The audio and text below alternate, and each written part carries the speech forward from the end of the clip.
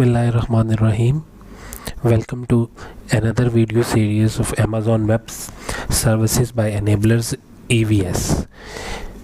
इस वीडियो में हम Amazon की एक और सर्विस के बारे में बात करेंगे जिसका नेम है AWS डेटाबेस।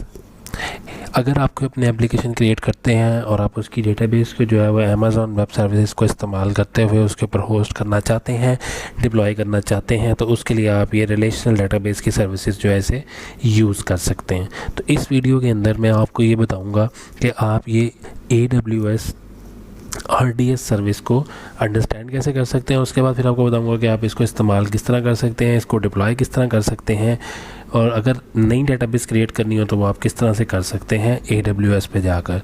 तो सबसे पहले हम इसका थोड़ा सा इंट्रोडक्शन देखते हैं कि what is database management system. Database management system होता क्या है, ठीक है। ये आपकी हर उस सॉफ्टवेयर का पार्ट है जो थोड़ा सा लार्ज स्केल पे यूज़ हो रहा हो। हर बड़े सॉफ्टवेयर की आप कह सकते हैं कि बेसिक नीड जो है वो डेटाबेस है, ठीक है। तो जो भी आपका लार्ज स्केल सिस्टम बनेगा उसकी डेटाबेस साथ लाजमी बनेगी, और जब डेटाबेस बनेगी तो इसका मतलब है यू नीड टू नो कि हाउ डेटाबेस वर्क्स, ठीक है। बहुत सारे जो डेटाबेस सर्विस प्रोवाइडर्स हैं, सॉफ्टवेयर्स हैं, वो आपको ये बताते हैं कि आप डेटाबेस को स्टोर कैसे कर सकते हैं, उसे डाटा रिट्रीव कैसे कर सकते हैं, डाटा को सिक्योर कैसे बना सकते हैं, उसके बैकअप कैसे ले सकते हैं, अगर आपको उस डाटा का रेप्लिका को क्रिएट करना हो तो वो कैसे कर सकते हैं, अगर आपने सिस्टम की रिलायबिलिटी चेक करनी हो तो वो कैसे कर सकते हैं, डाटा को फास्टर एक्सेस किस तरह दे सकते हैं। ये सारी चीज़ें जो हैं वो आप जब किसी एप्लीकेशन के लिए डेटाबेस क्रिएट करते हैं तो इनको अपने माइंड में रखते हैं, ठीक है। तो इस तरह का काम करना, इस तरह की डेटाबेसेस को क्रिएट करना कोई ईजी टास्क नहीं होता, ये एक डिफ़िकल्ट टास्क होता है कि आप इन सारी चीज़ों को सेटअप करें, फिर उनको मेंटेन करें, और फिर अगर उसकी एक्सपेंशन की ज़रूरत पड़े तो आप उसको एक्सपैंड भी कर पाएँ, ठीक है। तो ये बड़ा चैलेंजिंग काम होता है कि आप उस डेटाबेस का क्लोन भी क्रिएट करें, ठीक है। और इसके अलावा आपको पता है जो एप्लीकेशन है उसको डेवलप करने वाला कोई ना कोई डेवलपर होते हैं या टीम डेवलपर्स की होती है, और उसके साथ साथ QA होते हैं जो कि उसकी क्वालिटी को इंश्योर कर रहे होते हैं। तो ये दो डिपार्टमेंट्स जो है वो एक साथ काम कर रहे होते हैं किसी एक एनवायरनमेंट के अंदर, ठीक है। तो ऑर्गेनाइजेशन जो है प्रोडक्ट को डेवलप भी करती है और उसके बाद उसको उनका जो QA डिपार्टमेंट है वो उसको टेस्ट भी करता है। तो डेटाबेस क्या होती है, कलेक्शन ऑफ डाटा होती है, उसको मेंटेन करना होता है, उसका बैकअप वगैरह लेना होता है, जैसे मैंने अभी आपको बताया। अब बात यह है कि ट्रेडिशनल डेटाबेस जो सादा इस्तेमाल होती है उनमें ऐसी क्या प्रॉब्लम है जिसकी वजह से आपको अमेज़ॉन की डेटाबेस की सर्विस की तरफ जाना पड़े, या आपका जहन में ये आना चाहिए कि मैं क्यों अमेज़ॉन की जो रिलेशनल डेटाबेस की सर्विस है उसको यूज़ करूँ। तो मैं थोड़ा सा आपको गाइड करूँ कि कुछ प्रॉब्लम्स ऐसी हैं जो कि ट्रेडिशनल डेटाबेस, सादा डेटाबेस जो हम बनाते हैं उनके साथ हैं, जिसकी वजह से हमें अमेज़ॉन की जो है वो DBMS सर्विस को यूज़ करना पड़ता है, रिलेशनल डेटाबेस सर्विस को यूज़ करना पड़ता है, ठीक है। क्योंकि जो आपके ट्रेडिशनल डेटाबेस मैनेजमेंट सिस्टम्स होते हैं ना वो लार्ज और कम्प्लेक्स होते हैं, ठीक है। जब आप उनको चलाते हैं तो आपको बहुत सारी प्रॉब्लम्स देखनी पड़ती हैं, जैसे सॉफ्टवेयर का लाइफ साइकिल है कि वो पहले प्रोडक्शन होगी, फिर डेवलपमेंट के पास जाएगा, फिर वो QA के पास जाएगा, यानी 3 स्टेप से वो गुजरेगा, ठीक है। तो ये जो पहला सेक्शन है जिसके अंदर हम बात करने जा रहे हैं, हमें ये बताएगा कि आपके जो डेटाबेस के अंदर प्रॉब्लम्स है प्रोडक्शन के टाइम पे और डेवलपर के टाइम पे या उसकी डेवलपमेंट के लाइफ साइकिल के टाइम पे वो क्या आती हैं, ठीक है।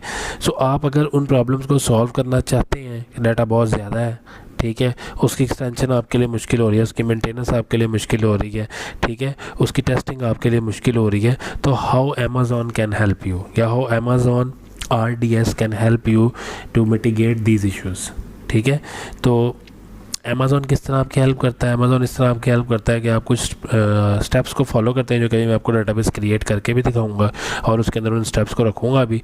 आप अगर सादा डेटाबेस डिप्लॉय करते हैं किसी भी एप्लीकेशन के लिए तो आप क्या करते हैं, सिस्टम चूज़ करते हैं, जो सॉफ्टवेयर आपने यूज़ करना है वो सॉफ्टवेयर लेते हैं, ठीक है। हो सकता है वो सॉफ्टवेयर आपका कमर्शियल हो, आपको उसको परचेज़ करना पड़ा और उसकी कॉस्ट आपको देनी हो, ठीक है, या आपको उसका लाइसेंस परचेज़ करना पड़े फॉर द यूज़, जितने टाइम के लिए या जितनी देर के लिए आपने उसको यूज़ करना है, एस्टिमेटेड टाइम आपको देना पड़े, ठीक है।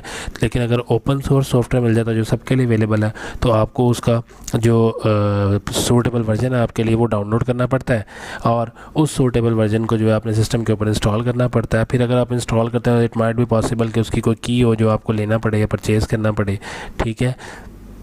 फिर आप ये कहेंगे कि जी आपने उसको स्पेसिफाई करना है, अपने सिस्टम में इंस्टॉल करना है, फिर उसकी कॉन्फ़िगरेशन करनी है अपने डिवाइस के साथ, स्टोरेज भी उसकी आपके सिस्टम पे रहनी है, या बैकअप के लिए आपको जो है वो सिस्टम को परचेज़ करना पड़ेगा जिसके ऊपर आप उसका स्टोरेज बैकअप रखें। तो बहुत सारे ये प्रॉब्लम्स हैं, ठीक है। जब आप उसकी कॉन्फ़िगरेशन करेंगे कोई एडमिनिस्ट्रेटिव इशू आ सकता है, ठीक है। आपको उस पर यूज़र्स क्रिएट करने हो सकता है आप सारे यूज़र्स को सेम राइट्स ना देना चाहते हो, ठीक है। लेकिन जब आप उसको चलाएंगे, एडमिनिस्ट्रेटिव उसकी कॉन्फ़िगरेशन करेंगे, तो आपको इनिशियल डेटाबेस में यूज़र जो है वो क्रिएट करना पड़ेंगे, जिसमें कोई मास्टर यूज़र होगा और वो मास्टर यूज़र बाकी यूज़र को क्रिएट करेगा, फिर आपको उसको सिक्योर करना पड़ेगा, ठीक है। यानी ये सारी चीज़ें, सारे जो प्लेटफॉर्म्स हैं ये आपको अलग अलग मिल रहे हैं, ठीक है। आपने एप्लीकेशन डाउनलोड की, उस पर डेटाबेस क्रिएट की, उसका बैकअप कहीं और रखा, फिर आपने उसकी सिक्योरिटी की रिस्पॉन्सिबिलिटी किसी और को दी, ठीक है। तो आपकी चीज़ें जो हैं वो किसी एक जगह पर मौजूद नहीं हैं, आपको उनको वो स्कैटर्ड एरिया में मौजूद हैं, तो यू वांट कि वो एक जगह पर आ रहे हैं, ठीक है। तो अगर आप उनको एक जगह पे लाना चाहते हैं तो उसके लिए आपको अमेज़ॉन जो है अपनी RDS की सर्विस प्रोवाइड करता है, जो कि रिलेशनल डेटाबेस है, ठीक है। ये इस प्रोसेस को बड़ा आसान बना देती है, क्योंकि एक जगह पर मौजूद है तो इसको सस्ता भी बना देती है कॉस्ट के वाले से। फिर इसमें स्केलेबिलिटी इंक्रीज़ हो जाती है, अगर आपने कल को स्पेस ज़्यादा करवानी है तो आप आसानी करवा सकते हैं, ठीक है।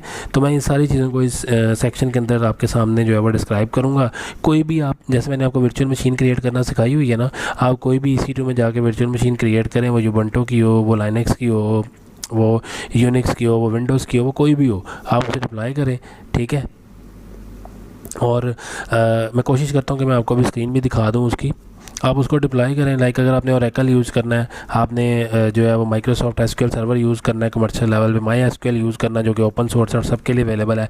इसी तरह आप अगर PostgreSQL जो ओपन सर्वर है उसको यूज़ करना चाहें, ओपन सोर्स है, उसको यूज़ करना चाहें तो आप कर सकते हैं, but it depends upon you कि आप किस में अपनी एप्लीकेशन को डिप्लॉय करके उसकी डेटाबेस के साथ कनेक्ट करना चाहते हैं।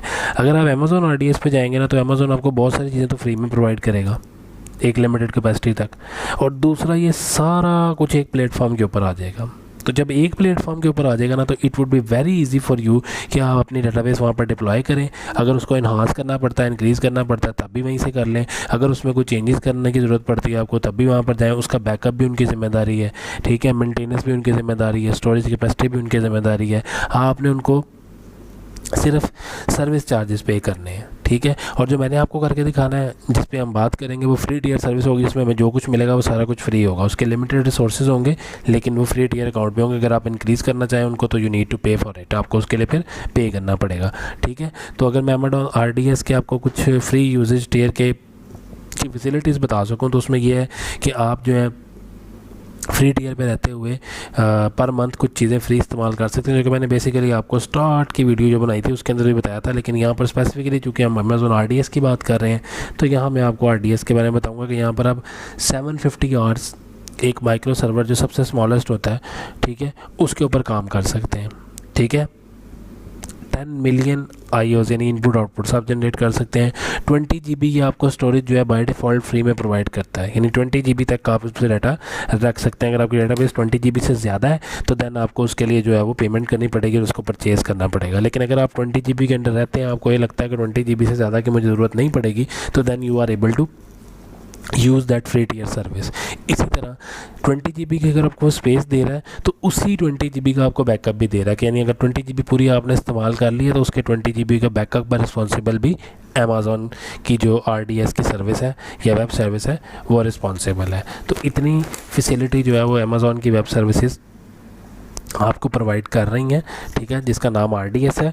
और ये आप लोग जो है फ्री टियर अकाउंट को जो मैंने आपको बनाना सिखाया हुआ यूज़ करते हुए ले सकते हैं। अगर इसके अलावा आपने कोई सर्विसेज लेनी है, मींस आपको स्पेस ज़्यादा चाहिए, आपको बैकअप ज़्यादा चाहिए, आपको ज़्यादा टाइम के लिए सर्वर की एक्सेस चाहिए, आपके इनपुट आउटपुट यूजर्स 10 मिलियन से ज़्यादा हैं, यानी ट्रैफिक आपकी ऊपर, आपकी साइट के ऊपर या आपके एप्लीकेशन के ऊपर ज़्यादा है, तो देन इट इज़ पॉसिबल कि आप जो है उसे इंक्रीज़ कर लें, ठीक है। और मैं फिर बार बार कहता हूँ, हर आपको मॉड्यूल के अंदर ये बताता हूँ कि जब आप कैपेसिटी से बढ़ के यूज़ करना चाहोगे, तो देन यू नीड टू पे फॉर इट, फिर आपको उसके लिए पे करना पड़ेगा, ठीक है। और पेमेंट अगर आप करते रहेंगे तो आपकी सर्विसेज जो है वो चलती रहेंगी। तो अगर आपका कमर्शियल लेवल पे एप्लीकेशन जो है उसके ऊपर ट्रैफिक ज़्यादा आ रही है, ठीक है, तो देन यू नीड टू पे फॉर इट। फिर आप जो डेटाबेस है RDS की सर्विस है इसको परचेज़ कर लें, और जब आप इसको परचेज़ कर लेंगे तो फिर जितनी आप इस्तेमाल करते रहेंगे उतनी आप पेमेंट करते रहेंगे। जैसे मैंने आपको बताया हुआ कि ये मीटर्ड सर्विसेज होती हैं, जितना मीटर आपका चलता रहेगा उसके हिसाब से आपको सर्विसेज के अगेंस्ट जो पेमेंट है वो करनी पड़ेगी। ठीक है, ये बहरहाल बड़ा सिंपल सा प्रोसेस है। ठीक है, और इस प्रोसेस को अब मैं आपको जो है वो डेफिनेटली प्रैक्टिकली बताऊंगा। यहाँ सिर्फ मैंने आपको ये बताया कि डेटाबेस जो है वो क्या होती है, ट्रेडिशनल डेटाबेस क्या है, और अमेज़ॉन की जो RDS रिलेशनल डेटाबेस की वेब सर्विस है वो हमें कैसे फैसिलिटेट करती है। ठीक है, तो इसको क्रिएट करने के लिए, इसको बनाने के लिए definitely we need to go towards Amazon web services. तो in coming part of this module मैं आपको ये बताऊंगा कि how you can create that Amazon RDS relational database in Amazon web service. तो ये इंट्रोडक्शन को मैं यहीं पे ख़त्म करूँगा और नेक्स्ट वीडियो में मैं कंटिन्यू करूँगा नई आपको जो क्रिएट करना डेटाबेस उसका तरीका सिखाने के लिए। ठीक है, सो अल्लाह हाफिज़ फॉर दैट। अगले पार्ट में हम अगली वीडियो के अंदर जो है हम क्रिएट करना सीखते हैं कि डेटाबेस को किस तरह से क्रिएट करना।